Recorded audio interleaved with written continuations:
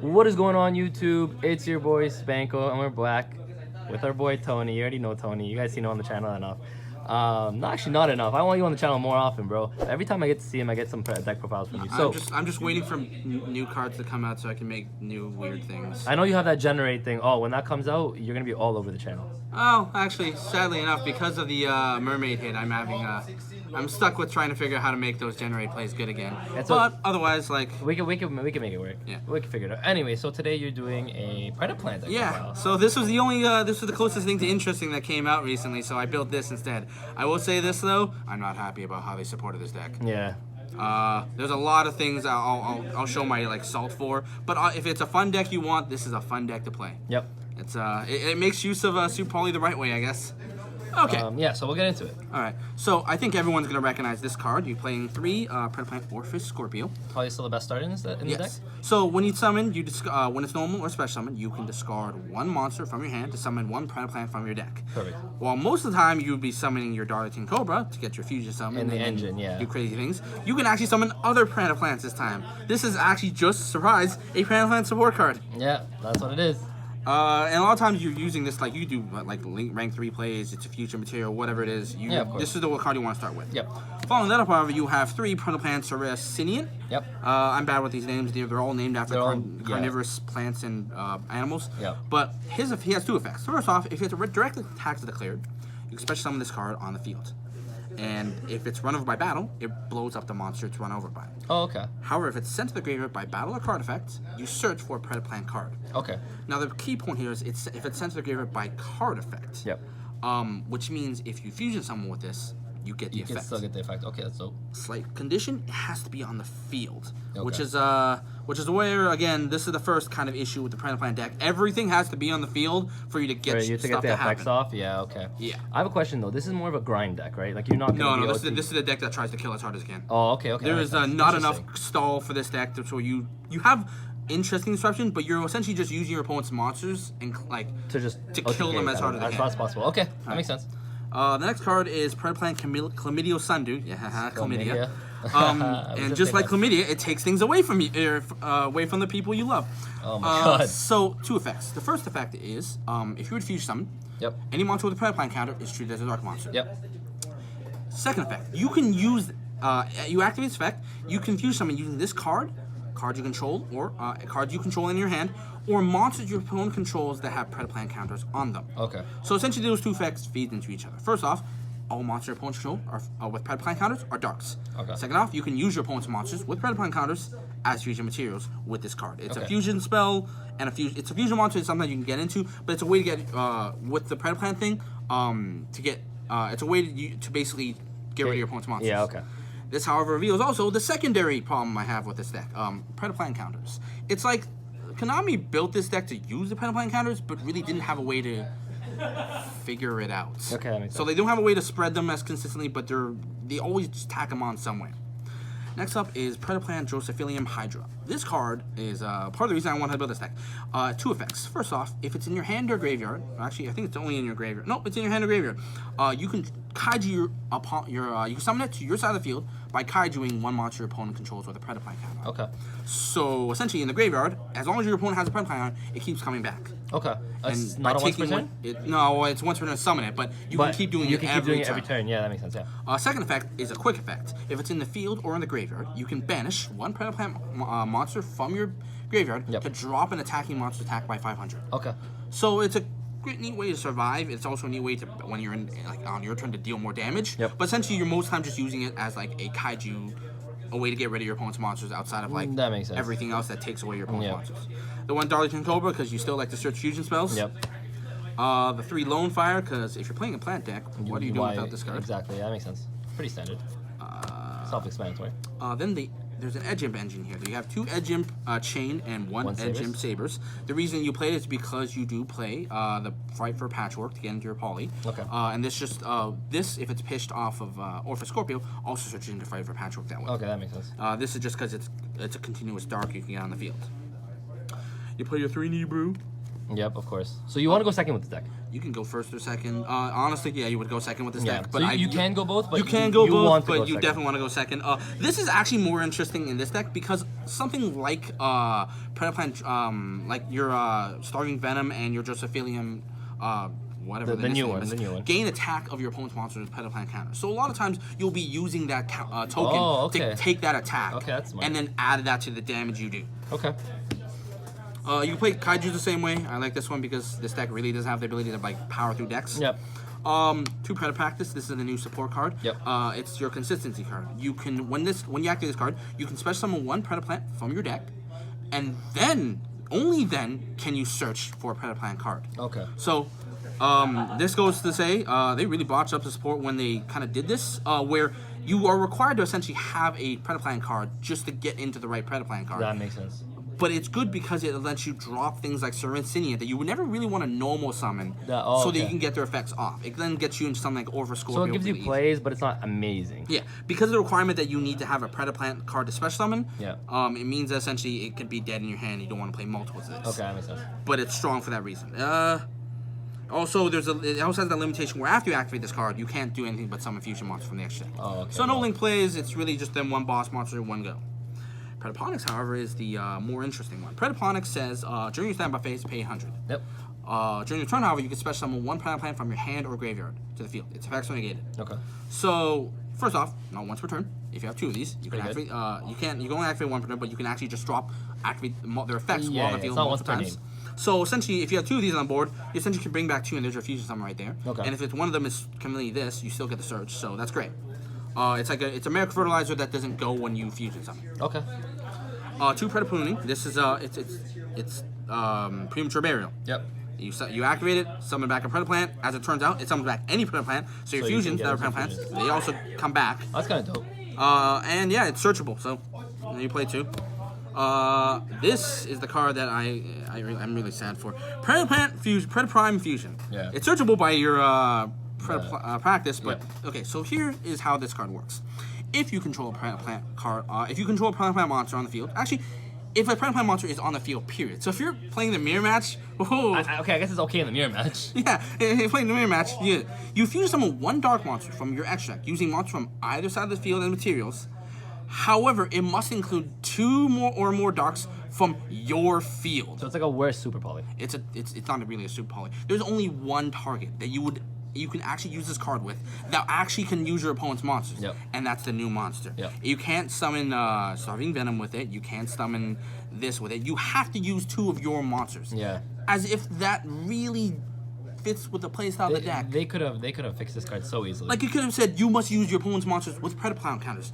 That would have been great. It could have said, not that condition, just let you use your opponent's monsters, but you must control a Predaplant card. Yeah. Even better, but no, you must have use two of your monsters. Yeah.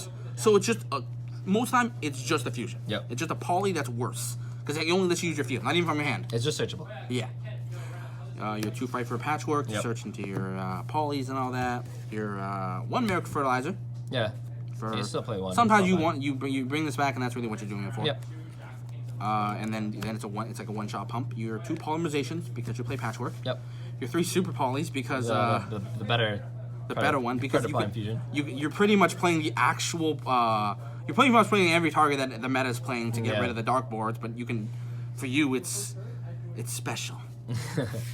It's pretty. I mean, it's pretty good in this deck, I guess. It's also searchable with Orpheus Scorpio. Scorpio and the other one. It's also searchable off of one of your fusion monsters. Yeah. You play the 1 Ultra Polymerization. You use it because when you open Orpheus Scorpio, there's a combo that you make that essentially ends you on being able to get a link monster and a fusion monster on the board. Okay. So it's more for link extension. Play the 1 instant fusion because sometimes you can summon you actually can have instant fusion targets. Mostly it's just Mud Dragon or Thousand Strict, but it's searchable, so you might as well. 3 Call by the Grave. Yeah, pretty standard, I guess. I mean, this deck, if you're Orpheus Scorpio or any of your searches get stopped, you pretty much lose. You kind of lose, yeah. And the new trap card, Predaplanning. This card is pretty much the only card I have in this deck to spread Predaplant counters. Okay. Which once again is, there are other cards that do it, they're all bad. They're all This is the best way to do it. This is probably the most effective. When you activate this card, you send 1 Predaplant monster from your deck to the graveyard, and then spread Predaplant counters on everything on the field, including your own monsters. Okay. And this is important because you can dump your Hydra, Drosophilium Hydra, and that means anything your opponent has, because you dump this next turn, you're going to eat one of those with your Hydra. Okay.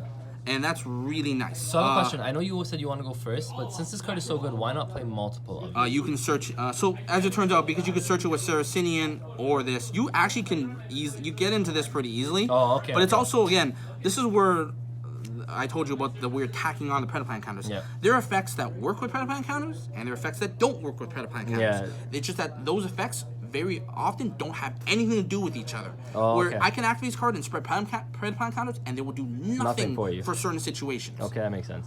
Outside of, it's more funny just to drop the Hydra, but otherwise, a lot of times, if I'm not dropping something like Dragostapelia, Yeah, then or it's not really even worth this, it. actually, it's not even worth it. Okay, that makes sense. So it's mostly just for those situations. Okay.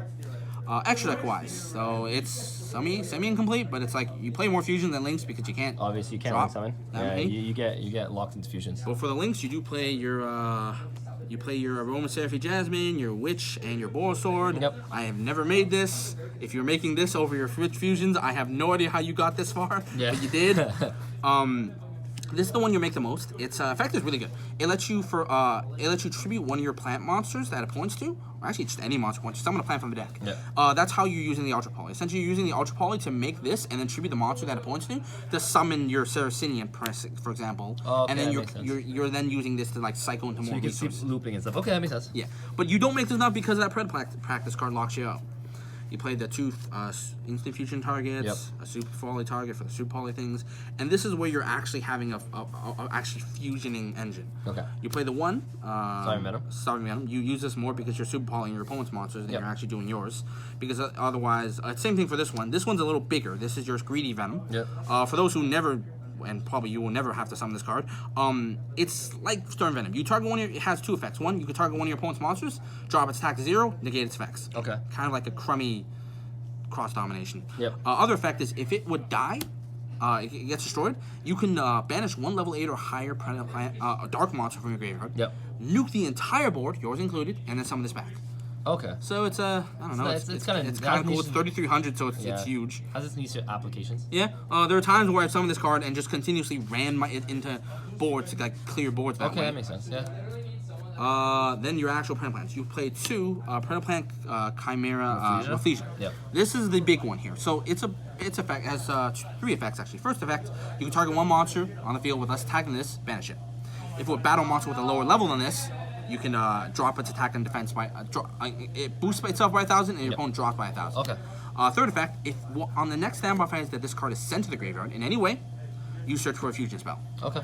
So, very commonly, what ends up happening is you're going to summon your Orpha Scorpio, summon your Darlington Cobra, search for Ultra Polymerization. Yep. Ultra Polymerization, these two, into your Chimera Flesia. Banishing the Ultra Polymerization, summon back the 2 materials. Yeah. You're going to then link away these two to summon Jasmine? Jasmine. Yeah. You're going to use Jasmine to tribute this to get into Saracenian. And then, depending on what else you have, you continue from there. But now That's a little mini combo right there. that's the only real. Oh, okay. Damn. Like outside of this, it's really outside of this because it's such a weird going second deck. At that point onward, it's just whatever gets you the game. Okay, that's fair. Because I honestly it really because the idea is, let's say you have this on board. If you have any other center to bring this back, you can then make Dragostapelia with that and then continue that from there. makes sense. But it just there is not a lot of ways to uniformly make boards. Okay. But next turn, then this will trigger and then search you into your Super Poly if you live to see If the you next live, turn. if you see then one more you're turn. taking your opponent's monsters and making bigger boards. Fun fact, however, this is something that I just remembered. Your Starving Venom and your Ultra Polymerization.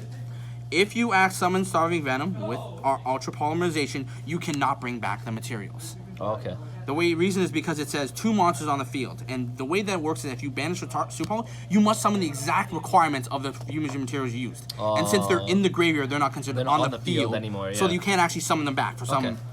Weird Yeah, ruling. it's really bad. Yeah. Okay. So, that's why you only play 1 Star Venom. You Yep. play 2 Dragostapelia. Yep. It costs 1 Fusion Monster and 1 Dark Monster. But essentially, on the field, you can. This is your other way you put a Predaplant counter on a monster. Yep. But while it's on the field, it pretty much prevents anything and negates the effects of anything that activates with a Predaplant counter on it. Okay. So, great card. This is where you have. Kind of like a skill drain. This is where your Predaplant planning comes out. Your opponent's going to drop a big board that may not get over this. You're going to activate that, and everything just shuts down. Okay, that makes sense.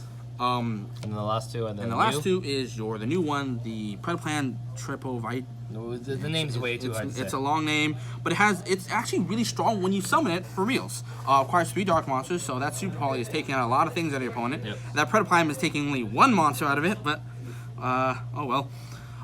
Its first effect is if it's a fusion monster summon monsters on the field, you can pretty much negate a summon. Yep. Negate 1 enhanced summon, special So it's summon. like a warning almost. It's like a judgment, but not with the spell part. Okay. The secondary effect, however, is that it also boosts itself by everything that has a Predaplant count on the field. Okay. So again, this is another reason where that, again, effect is cool, doesn't really do much, but if you activate that Predaplanting or put a counter, you can sometimes just make this thing super huge, So just run into something and go for game. Oh, okay, that makes sense. The other effect is if this is in the graveyard while your opponent has a monster with a Predaplant counter, this comes back. Oh, okay, that's not bad. In defense position. Okay, well. Yeah. I mean, this is 3K defense. It's 3K defense, but because no longer fusion summon, it just doesn't get anything else but the attack boosting. Oh, okay, that makes sense. So it's great. Again, this deck is more of a just I take your monsters and then I try to beat you down until. It's definitely for fun. It's definitely a fun. It's definitely a fun deck. It's really like, it's cool when you get your games off and you summon like all these big beaters and then you just crash into your opponent. It's great against Thunder Dragons. It's the freest matchup alive. Yep. But aside from that, it's pretty difficult. You will definitely want to play this in a casual setting. All right, well, you guys need to try this deck out. Clearly, it's a fun deck. If you guys want to enjoy Predaplant, I guess this is the way to play it. If you guys have any suggestions, also let me know in the comment section down below, and we could, I guess, work on this. I don't know if there's any other way to play it, but we can figure it out. I mean, if you guys enjoyed this video, like this video, subscribe to the channel. Thank you, Tony, for being on the channel. And with that, guys, Spanko signing out. Peace. My hands steady, I feel ready, but my legs heavy, I don't get it. How come I haven't hit it already? Still working, I'm still learning, I'm still searching, finally earning something, finally turning something called a profit. If I hear you talking shit, don't get caught in it. I'll be popping off and hit your ass, dropping all your shit. Yeah, I promise this, I got promises, you ain't stopping this, cross my shit.